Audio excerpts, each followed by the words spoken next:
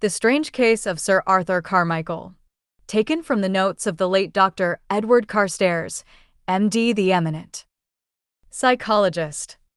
I am perfectly aware that there are two distinct ways of looking at the strange and tragic events which I have set down here. My own opinion has never wavered. I have been persuaded to write the story out in full, and indeed I believe it to be due to science that such strange and inexplicable facts should not be buried in oblivion. It was a wire from my friend, Dr. Settle, that first introduced me to the matter. Beyond mentioning the name Carmichael, the wire was not explicit, but in obedience to it I took the 12.20 train from Paddington to Woolden in Hertfordshire. The name of Carmichael was not unfamiliar to me. I had been slightly acquainted with the late Sir William Carmichael of Woolden, though I had seen nothing of him for the last 11 years. He had, I knew, one son, the present baronet, who must now be a young man of about 23. I remembered vaguely having heard some rumors about Sir William's second marriage, but could recall nothing definite unless it were a vague impression detrimental to the second Lady Carmichael. Settle met me at the station. "Good of you to come," he said as he wrung my hand. "Not at all. I understand this is something in my line." "Very much so." "A mental case, then?" I hazarded. "Possessing some unusual features?" We had collected my luggage by this time, and were seated in a dog-cart driving away from the station in the direction of Woolden, which lay about 3 miles away. Settle did not answer for a minute or two. Then he burst out suddenly. "The whole thing's incomprehensible. Here is a young man, 23 years of age, thoroughly normal in every respect. A pleasant, amiable boy, with no more than his fair share of conceit, not brilliant intellectually perhaps, but an excellent type of the ordinary upper-class young Englishman. Goes to bed in his usual health one evening, and is found the next morning wandering about the village in a semi-idiotic condition, incapable of recognizing his nearest and dearest." "Ah," I said, stimulated. This case promised to be interesting. "Complete loss of memory?" "And this occurred yesterday morning, the 9th of August. "And there has been nothing, no shock that you know of, to account for this state?" "Nothing." I had a sudden suspicion. "Are you keeping anything back?" No. His hesitation confirmed my suspicion. "I must know everything. It's nothing to do with Arthur." "It's to do with the house." "With the house?" I repeated, astonished. "You've had a great deal to do with that sort of thing, haven't you, Carstairs? You've tested so-called haunted houses. What's your opinion of the whole thing?" "In 9 cases out of 10, fraud," I replied. "But the 10th, well, I have come across phenomena that are absolutely unexplainable from the ordinary materialistic standpoint. I am a believer in the occult." Settle nodded. "We were just turning in at the park gates." He pointed with his whip at a low-lying white mansion on the side of a hill. "That's the house," he said. "And there's something in that house, something uncanny, horrible. We all feel it, and I'm not a superstitious man." "What form does it take?" I asked. He looked straight in front of him. "I'd rather you knew nothing. You see, if you, coming here unbiased, knowing nothing about it, see it too, well, yes," I said, "it's better so. But I should be glad if you will tell me a little more about the family." "Sir William," said Settle, "was twice married. Arthur is the child of his first wife.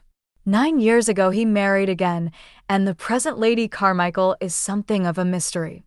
She is only half English, and, I suspect, has Asiatic blood in her veins." He paused.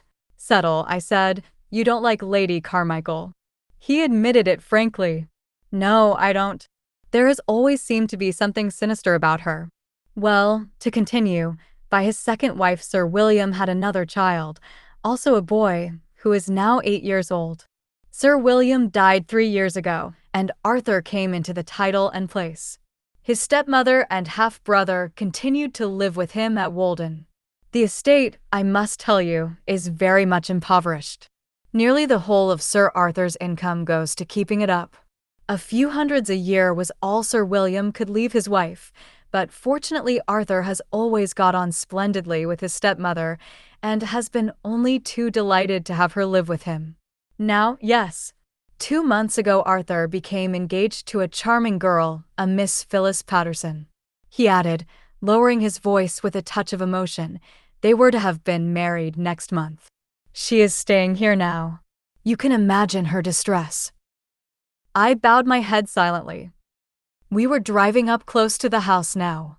On our right the green lawn sloped gently away, and suddenly I saw a most charming picture. A young girl was coming slowly across the lawn to the house. She wore no hat, and the sunlight enhanced the gleam of her glorious golden hair.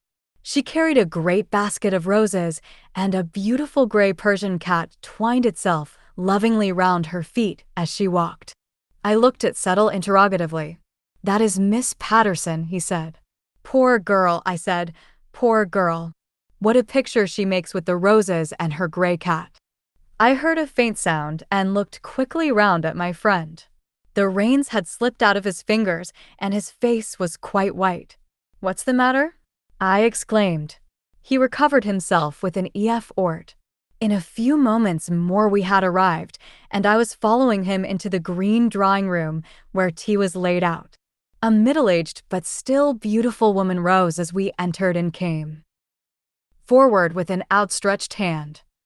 This is my friend, Dr. Carstairs, Lady Carmichael. I cannot explain the instinctive wave of repulsion that swept over me as I took the proffered hand of this charming and stately woman who moved with the dark and languorous grace that recalled Settle's surmise of Oriental blood. It is very good of you to come, Dr. Carstairs, she said in a low musical voice, and to try and help us in our great trouble. I made some trivial reply and she handed me my tea.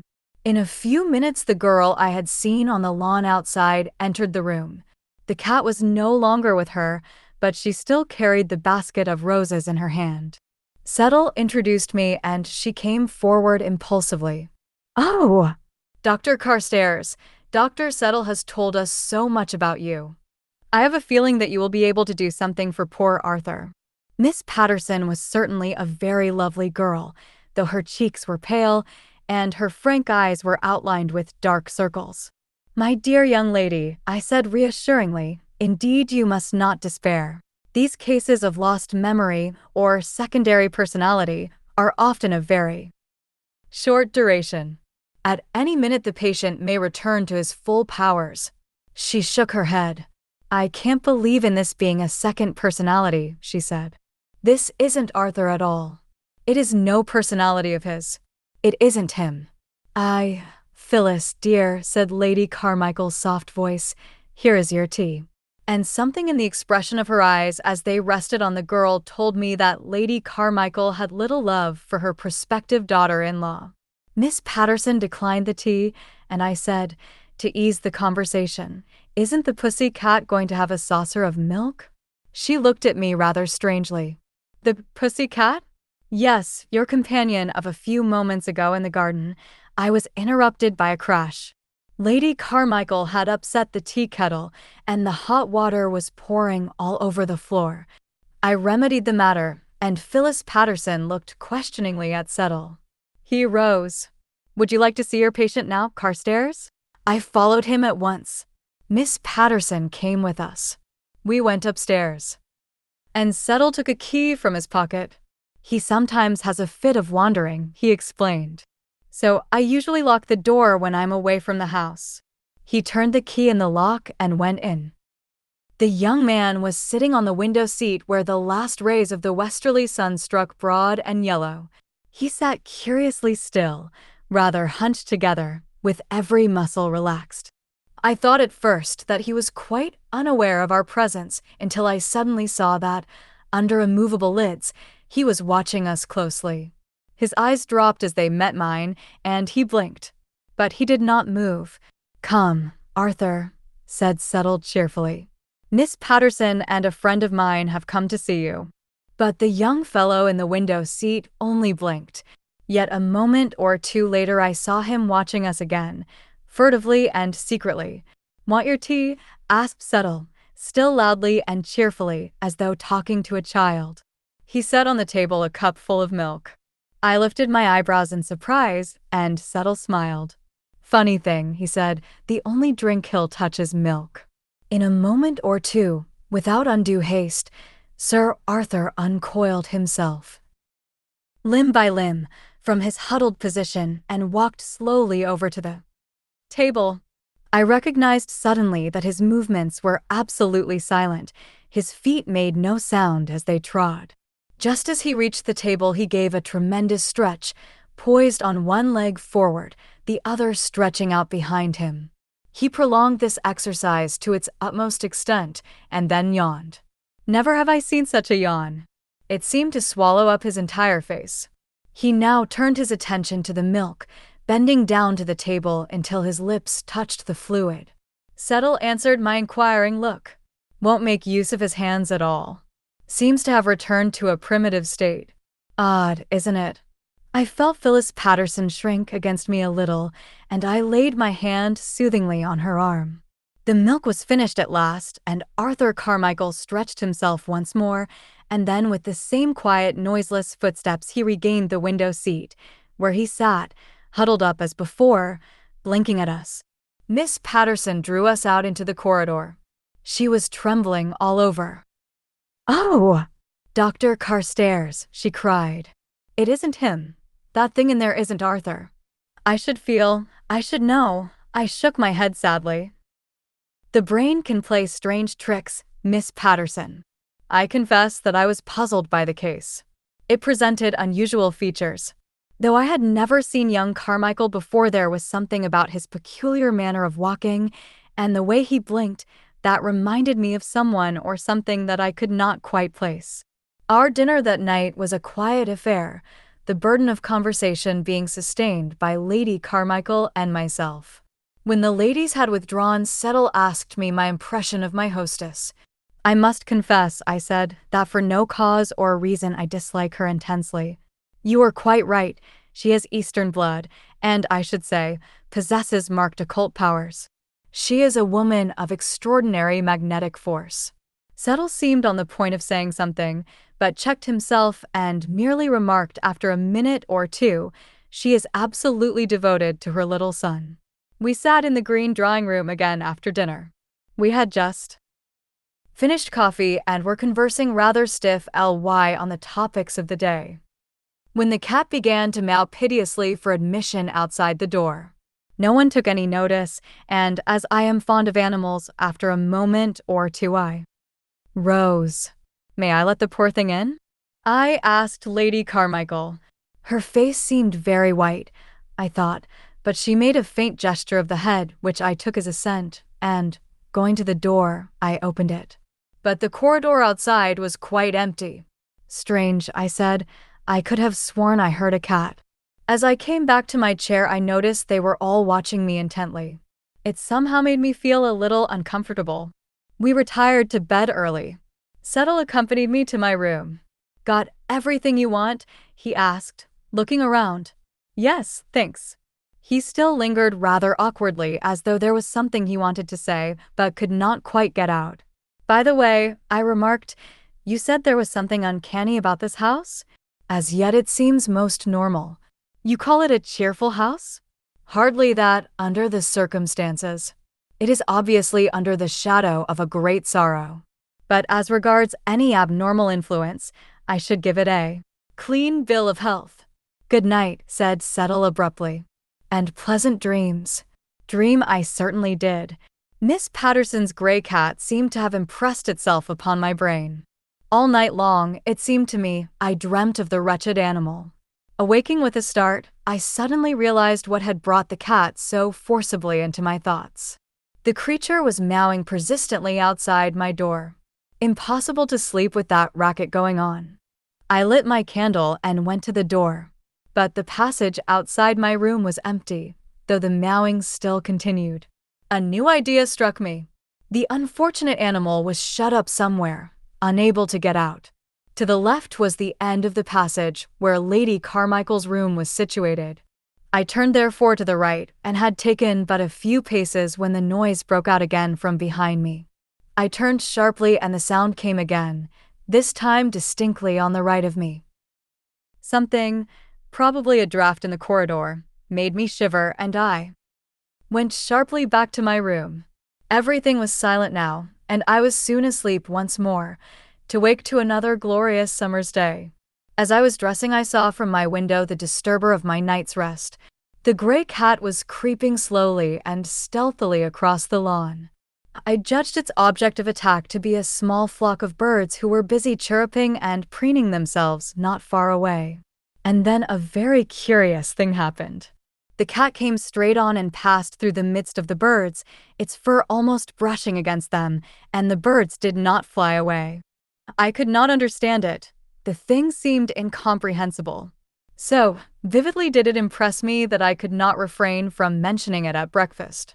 "Do you know," I said to Lady Carmichael, "that you have a very unusual cat?" I heard the quick rattle of a cup on a saucer, and I saw Phyllis Patterson, her lips parted and her breath coming quickly, gazing earnestly at me. There was a moment's silence, and then Lady Carmichael said in a distinctly disagreeable manner, "I think you must have made a mistake. There is no cat here. I have never had a cat." It was evident that I had managed to put my foot in it badly, so I hastily changed the subject. But the matter puzzled me. Why had Lady Carmichael declared there was no cat in the house? Was it perhaps Miss Patterson's, and its presence concealed from the mistress of the house? Lady Carmichael might have one of those strange antipathies to cats which are so often met with nowadays. It hardly seemed a plausible explanation, but I was forced to rest content with it for the moment. Our patient was still in the same condition. This time I made a thorough examination and was able to study him more closely than the night before. At my suggestion, it was arranged that he should spend as much time with the family as possible. I hoped not only to have a better opportunity of observing him when he was off his guard, but the ordinary everyday routine might awaken some gleam of intelligence. His demeanor, however, remained unchanged. He was quiet and docile, seemed vacant, but was in point of fact, intensely and rather slyly watchful. One thing certainly came as a surprise to me, the intense affection he displayed towards his stepmother. Miss Patterson he ignored completely, but he always managed to sit as near Lady Carmichael as possible, and once I saw him rub his head against her shoulder in a dumb expression of love. I was worried about the case. I could not but feel that there was some clue to the whole matter which had so far escaped me. "This is a very strange case," I said to settle. "Yes," said he, "it's very suggestive." He looked at me rather furtively, I thought. "Tell me," he said. "He doesn't remind you of anything?" The word struck me disagreeably, reminding me of my impression of the day before. "Remind me of what?" I asked. He shook his head. "Perhaps it's my fancy," he muttered. "Just my fancy," and he would say no more on the matter. Altogether there was mystery shrouding the affair. I was still obsessed with that baffling feeling of having missed the clue that should elucidate it. To me. And concerning a lesser matter there was also mystery. I mean that trifling affair of the gray cat.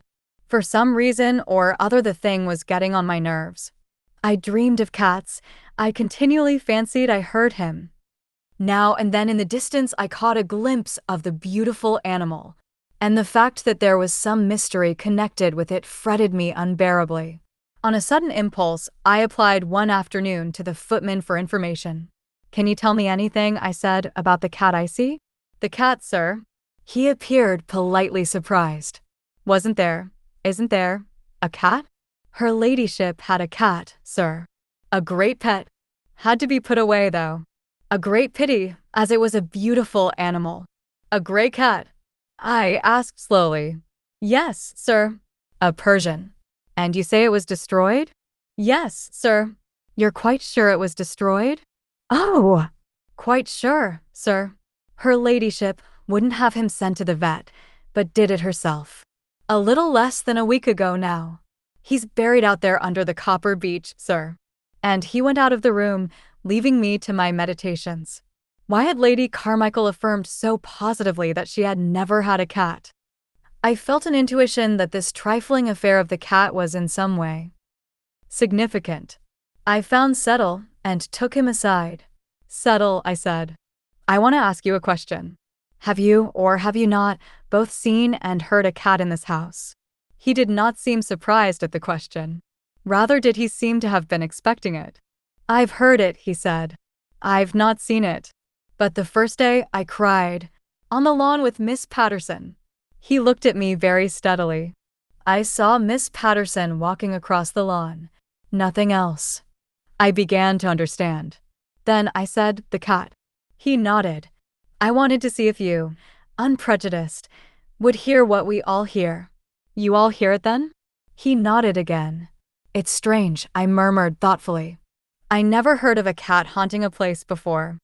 I told him what I had learned from the footman, and he expressed surprise. That's news to me. I didn't know that. But what does it mean? I asked helplessly. He shook his head. Heaven only knows. But I'll tell you, Carstairs, I'm afraid. The thing's voice sounds menacing. Menacing? I said sharply. To whom? He spread out his hands. I can't say. It was not till that evening after dinner that I realized the meaning of his words. We were sitting in the green drawing room, as on the night of my arrival, when it came, the loud insistent meowing of a cat outside the door. But this time it was unmistakably angry in its tone, a fierce cat yowl, long-drawn and menacing. And then as it ceased, the brass hook outside the door was rattled violently as by a cat's paw. Settle started up. I swear that's real, he cried. He rushed to the door and flung it open. There was nothing there. He came back, mopping his brow. Phyllis was pale and trembling, Lady Carmichael deathly white. Only Arthur, squatting contentedly like a child, his head against his stepmother's knee, was calm and undisturbed. Miss Patterson laid her hand on my arm and we went upstairs. Oh! Dr. Carstairs, she cried. What is it? What does it all mean? We don't know yet, my dear young lady, I said. But I mean to find out. But you mustn't be afraid. I am convinced there is no danger to you personally. She looked at me doubtfully. You think that? I am sure of it, I answered firmly. I remembered the loving way the gray cat had twined itself round her feet, and I had no misgivings. The menace was not for her. I was some time dropping off to sleep, but at length I fell into an uneasy slumber from which I awoke with a sense of shock. I heard a scratching, sputtering noise as of something being violently ripped or torn.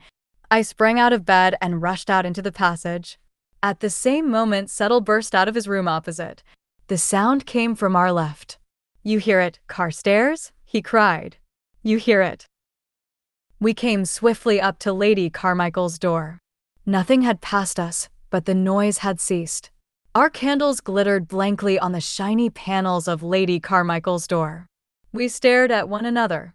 You know what it was, he half whispered. I nodded. A cat's claws ripping and tearing something. I shivered a little. Suddenly I gave an exclamation and lowered the candle I held. Look here, Settle. Here was a chair that rested against the wall, and the seat of it was ripped and torn in long strips. We examined it closely. He looked at me and I nodded. Cat's claws, he said, drawing in his breath sharply. Unmistakable. His eyes went from the chair to the closed door. That's the person who is menaced. Lady Carmichael. I slept no more that night. Things had come to a pass where something must be done. As far as I knew, there was only one person who had the key to the situation. I suspected Lady Carmichael of knowing more than she chose to tell. She was deathly pale when she came down the next morning and only toyed with the food on her plate. I was sure that only an iron determination kept her from breaking down. After breakfast, I requested a few words with her.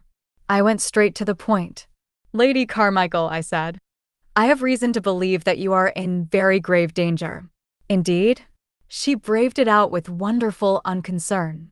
There is in this house, I continued, a thing, a presence, that is obviously hostile to you. What nonsense, she murmured scornfully. As if I believed in any rubbish of that kind. The chair outside your door, I remarked drily, was ripped to ribbons last night. Indeed? With raised eyebrows, she pretended surprise. but I saw that I had told her nothing she did not know. Some stupid practical joke, I suppose. It was not that, I replied with some feeling. And I want you to tell me, for your own sake. I paused. Tell you what? She queried. Anything that can throw light on the matter, I said gravely. She laughed. I know nothing, she said. Absolutely nothing. And no warnings of danger could induce her to relax the statement. Yet I was convinced that she did know a great deal more than any of us, and held some clue to the affair of which we were absolutely ignorant. But I saw that it was quite impossible to make her speak. I determined, however, to take every precaution that I could, convinced as I was that she was menaced by a very real and immediate danger. Before she went to her room the following night settle, and I made a thorough examination of it. We had agreed that we would take it in turns to watch the passage. I took the first watch, which passed without incident, and at 3 o'clock Settle relieved me. I was tired after my sleepless night the day before and dropped off at once. And I had a very curious dream. I dreamed that the gray cat was sitting at the foot of my bed and that its eyes were fixed on mine with a curious pleading. Then, with the ease of dreams, I knew that the creature wanted me to follow it. I did so, and it led me down the great staircase and right to the opposite wing of the house to a room which was obviously the library. It paused there at one side of the room and raised its front paws till they rested on one of the lower shelves of books, while it gazed at me once more with that same moving look of appeal. Then, cat and library faded, and I awoke to find that morning had come. Settle's watch had passed without incident, but he was keenly interested to hear of my dream. At my request, he took me to the library, which coincided in every particular with my vision of it. I could even point out the exact spot where the animal had given me that last sad look. We both stood there in silent perplexity.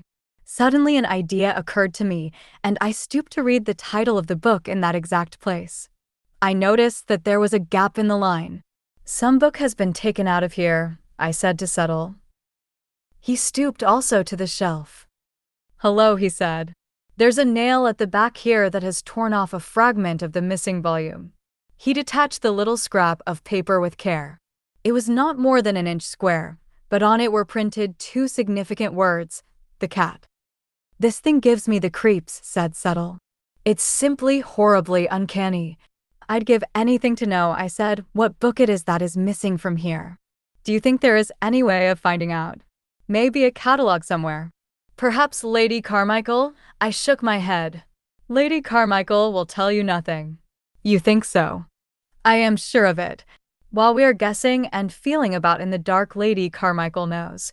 And for reasons of her own, she will say nothing. She prefers to run a most horrible risk sooner than break silence. The day passed with an uneventfulness that reminded me of the calm before a storm. And I had a strange feeling that the problem was near solution. I was groping about in the dark, but soon I should see. The facts were all there, ready, waiting for the little flash of illumination that should weld them together and show out their significance. And come it did, in the strangest way. It was when we were all sitting together in the green drawing room as usual after dinner. We had been very silent. So noiseless indeed was the room that a little mouse ran across the floor, and in an instant the thing happened. With one long spring, Arthur Carmichael leapt from his chair. His quivering body was swift as an arrow on the mouse's track. It had disappeared behind the wainscoting, and there he crouched, watchful, his body still trembling with eagerness. It was horrible. I have never known such a paralyzing moment. I was no longer puzzled as to that something that Arthur Carmichael reminded me of with his stealthy feet and watching eyes. And in a flash an explanation, wild, incredible, unbelievable, swept into my mind. I rejected it as impossible, unthinkable, but I could not dismiss it from my thoughts. I hardly remember what happened next. The whole thing seemed blurred and unreal. I know that somehow we got upstairs and said our good nights briefly, almost with a dread of meeting each other's eyes, lest we should see there some confirmation of our own fears. Settle established himself outside Lady Carmichael's door to take the first watch, arranging to call me at 3 a.m. I had no special fears for Lady Carmichael. I was too taken up with my fantastic, impossible theory. I told myself it was impossible, but my mind returned to it, fascinated. And then suddenly the stillness of the night was disturbed. Settle's voice rose in a shout, calling me. I rushed out to the corridor. He was hammering and pounding with all his might on Lady Carmichael's door. "Devil take the woman," he cried. "She's locked it." "But it's in there, man. In with her. Can't you hear it?" From behind the locked door a long-drawn cat yowl sounded fiercely, and then following it a horrible scream, and another. I recognized Lady Carmichael's voice. "The door!" I yelled. "We must break it in. In another minute we shall be too late." We set our shoulders against it and heaved with all our might. It gave with a crash, and we almost fell into the room. Lady Carmichael lay on the bed bathed in blood. I have seldom seen a more horrible sight. Her heart was still beating, but her injuries were terrible, for the skin of the throat was all ripped and torn. Shuddering, I whispered, "The claws." A thrill of superstitious horror ran over me. I dressed and bandaged the wounds carefully and suggested to Settle that the exact nature of the injuries had better be kept secret, especially from Miss Patterson. I wrote out a telegram for a hospital nurse to be dispatched as soon as the telegraph office was open. The dawn was now stealing in at the window. I looked out on the lawn below. "Get dressed and come out," I said abruptly to Settle. "Lady Carmichael will be all right now." He was soon ready, and we went out into the garden together. "What are you going to do?" "Dig up the cat's body," I said briefly. "I must be sure." I found a spade in a toolshed, and we set to work beneath the large copper beech tree. At last our digging was rewarded. It was not a pleasant job. The animal had been dead a week. But I saw what I wanted to see. "That's the cat," I said. "The identical cat I saw the first day I came here." Settle sniff edition. An odor of bitter almonds was still perceptible. "Prussic acid," he said. I nodded. "What are you thinking?" he asked curiously. "What you think too."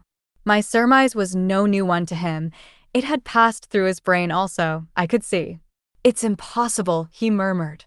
"Impossible. It's against all science, all nature." His voice tailed off in a shudder. "That mouse last night," he said. "But, oh, it couldn't be." "Lady Carmichael," I said, "is a very strange woman. She has occult powers, hypnotic powers. Her forebears came from the East. Can we know what use she might have made of these powers over a weak, lovable nature such as Arthur Carmichael's? And remember, Settle, if Arthur Carmichael remains a hopeless imbecile, devoted to her, the whole property is practically hers and her son's, whom you have told me she adores. And Arthur was going to be married. But what are we going to do, Carstairs?" "There's nothing to be done," I said. "We'll do our best, though, to stand between Lady Carmichael and vengeance." Lady Carmichael improved slowly. Her injuries healed themselves as well as could be expected. The scars of that terrible assault she would probably bear to the end of her life. I had never felt more helpless. The power that defeated us was still at large, undefeated, and though quiescent for the minute, we could hardly regard it as doing otherwise than biding its time. I was determined upon one thing. As soon as Lady Carmichael was well enough to be moved, she must be taken away from Walden. There was just a chance that the terrible manifestation might be unable to follow her. So the days went on. I had fixed September 18th as the date of Lady Carmichael's removal. It was on the morning of the 14th when the unexpected crisis arose. I was in the library discussing details of Lady Carmichael's case with Settle when an agitated housemaid rushed into the room. "Oh, sir," she cried. "Be quick. Mr. Arthur, he's fallen into the pond. He stepped on the punt and it pushed off with him, and he overbalanced and fell in. I saw it from the window."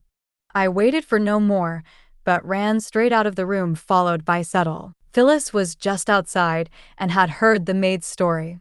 She ran with us. But you needn't be afraid, she cried. Arthur is a magnificent swimmer. I felt forebodings, however, and redoubled my pace. The surface of the pond was unruffled.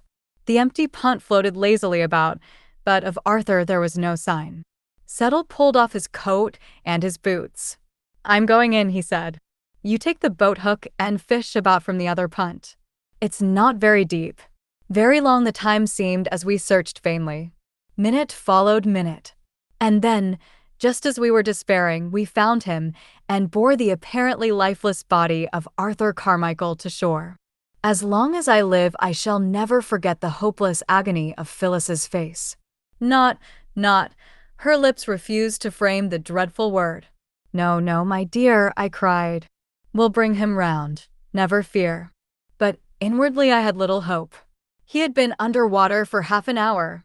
I sent off Settle to the house for hot blankets and other necessaries, and began myself to apply artificial respiration. We worked vigorously with him for over an hour, but there was no sign of life. I motioned to Settle to take my place again, and I approached Phyllis. I'm afraid, I said gently, that it is no good. Arthur is beyond our help. She stayed quite still for a moment, and then suddenly flung herself down on the lifeless body. Arthur, she cried desperately. Arthur, come back to me. Arthur, come back, come back. Her voice echoed away into silence. Suddenly I touched Settle's arm. Look, I said. A faint tinge of color crept into the drowned man's face. I felt his heart. Go on with the respiration, I cried. He's coming round. The moments seemed to fly now. In a marvelously short time his eyes opened. Then suddenly I realized a difference. These were intelligent eyes, human eyes. They rested on Phyllis. Hello. Phil, he said weakly. Is it you? I thought you weren't coming until tomorrow. She could not yet trust herself to speak, but she smiled at him. He looked round with increasing bewilderment. But, I say, where am I? And how rotten I feel. What's the matter with me? Hello, Dr. Settle. You've been nearly drowned. That's what's the matter, returned Settle grimly. Sir Arthur made a grimace. I've always heard it was beastly coming back afterwards. But how did it happen? Was I walking in my sleep? Settle shook his head. We must get him to the house, I said, stepping forward. He stared at me, and Phyllis introduced me. Dr. Carstairs, who is staying here. We supported him between us and started for the house. He looked up suddenly as though struck by an idea. I say, Doctor, this won't knock me up for the 12th, will it? The 12th. I said slowly, you mean the 12th of August? Yes, next Friday. Today is the 14th of September, said Settle abruptly. His bewilderment was evident. But I thought it was the 8th of August? I must have been ill then. Phyllis interposed rather quickly in her gentle voice. Yes, she said, you've been very ill. He frowned. I can't understand it. I was perfectly all right when I went to bed last night. At least, of course, it wasn't really last night. I had dreams, though. I remember dreams. His brow furrowed itself still more as he strove to remember. Something? What was it? Something dreadful. Someone had done it to me, and I was angry, desperate, and then I dreamed I was a cat. Yes, a cat. Funny, wasn't it? But it wasn't a funny dream. It was more horrible. But I can't remember. It all goes when I think. I laid my hand on his shoulder. Don't try to think, Sir Arthur, I said gravely. Be content to forget. He looked at me in a puzzled way and nodded. I heard Phyllis draw a breath of relief. We had reached the house. By the way, said Sir Arthur suddenly, where's the mater? She has been ill, said Phyllis after a momentary pause. Oh! Poor old mater. His voice rang with genuine concern. Where is she? In her room. Yes, I said, but you had better not disturb. The words froze on my lips. The door of the drawing room opened and Lady Carmichael, wrapped in a dressing gown, came out into the hall. Her eyes were fixed on Arthur, and if ever I have seen a look of absolute guilt-stricken terror, I saw it then. Her face was hardly human in its frenzied terror. Her hand went to her throat. Arthur advanced towards her with boyish affection. "Hello, Mater.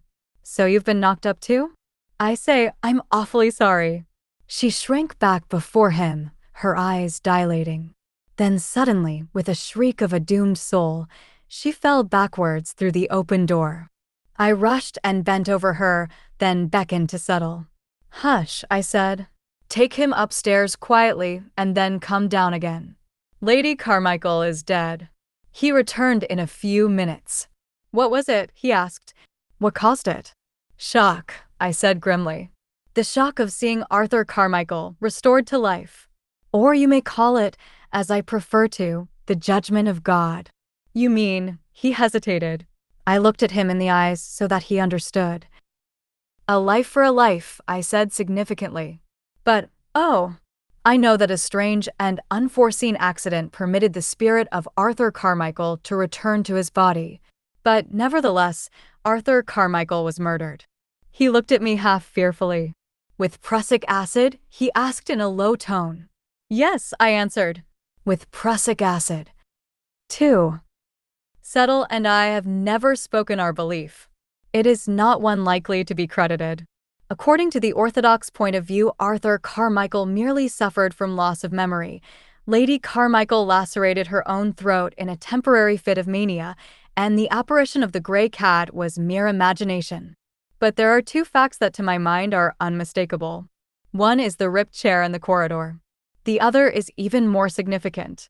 A catalogue of the library was found, and after exhaustive search it was proof that the missing volume was an ancient and curious work on the possibilities of the metamorphosis of human beings into animals. One thing more.